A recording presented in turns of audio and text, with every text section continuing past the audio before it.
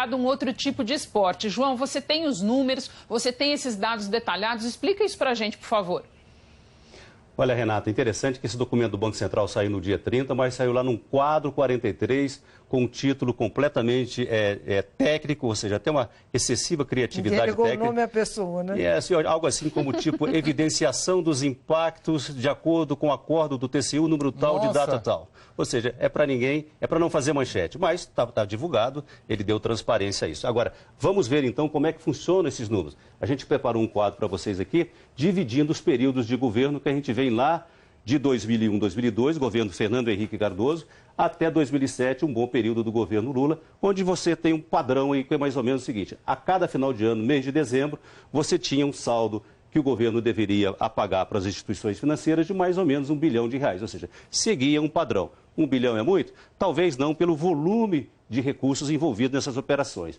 A coisa começa a mudar a partir daí. A gente pode ver aqui o seguinte, que a partir de 2008, a coisa muda de figura, vai a 2,3 bilhões, chega a 52 bilhões lá em 2014, novembro de 2015 chega a 58 bilhões, o governo faz aquele pagamento em novembro e fecha o ano em 11 bilhões e 300 bilhões de reais. O ministro Nelson Barbosa disse que isso aqui foi pago em janeiro, seguindo já uma nova orientação do TCU.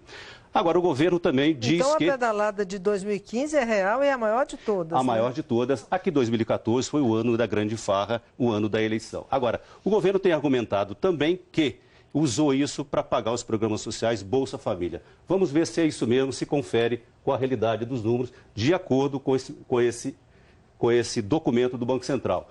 Bolsa Família está aqui. Até julho era uma realidade, tinha um rombo sim de 2 bilhões de reais, o Banco Central deu em cima da Caixa Econômica com a fiscalização, a Caixa fez o movimento, zerou em dezembro, fechou, zero pedalada no Bolsa Família.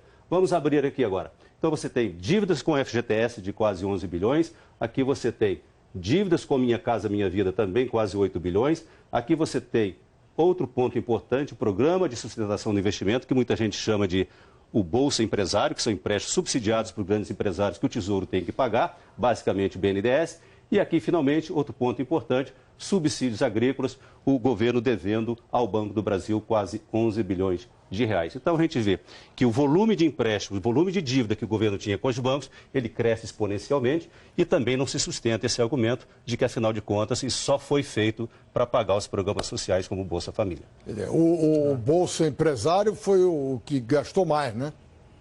Exatamente, Meval, que são empréstimos bilionários. Bom, recordando os números, o Tesouro fez 500 bilhões de reais em dívida, lançando títulos no mercado, emprestou para o BNDES emprestar para os empresários. Só que o Tesouro pagava uma taxa de juros Selic, por exemplo, que está em 14,25, e chegou a fazer empréstimo a 2,25, ou seja, não cobrindo nem a inflação.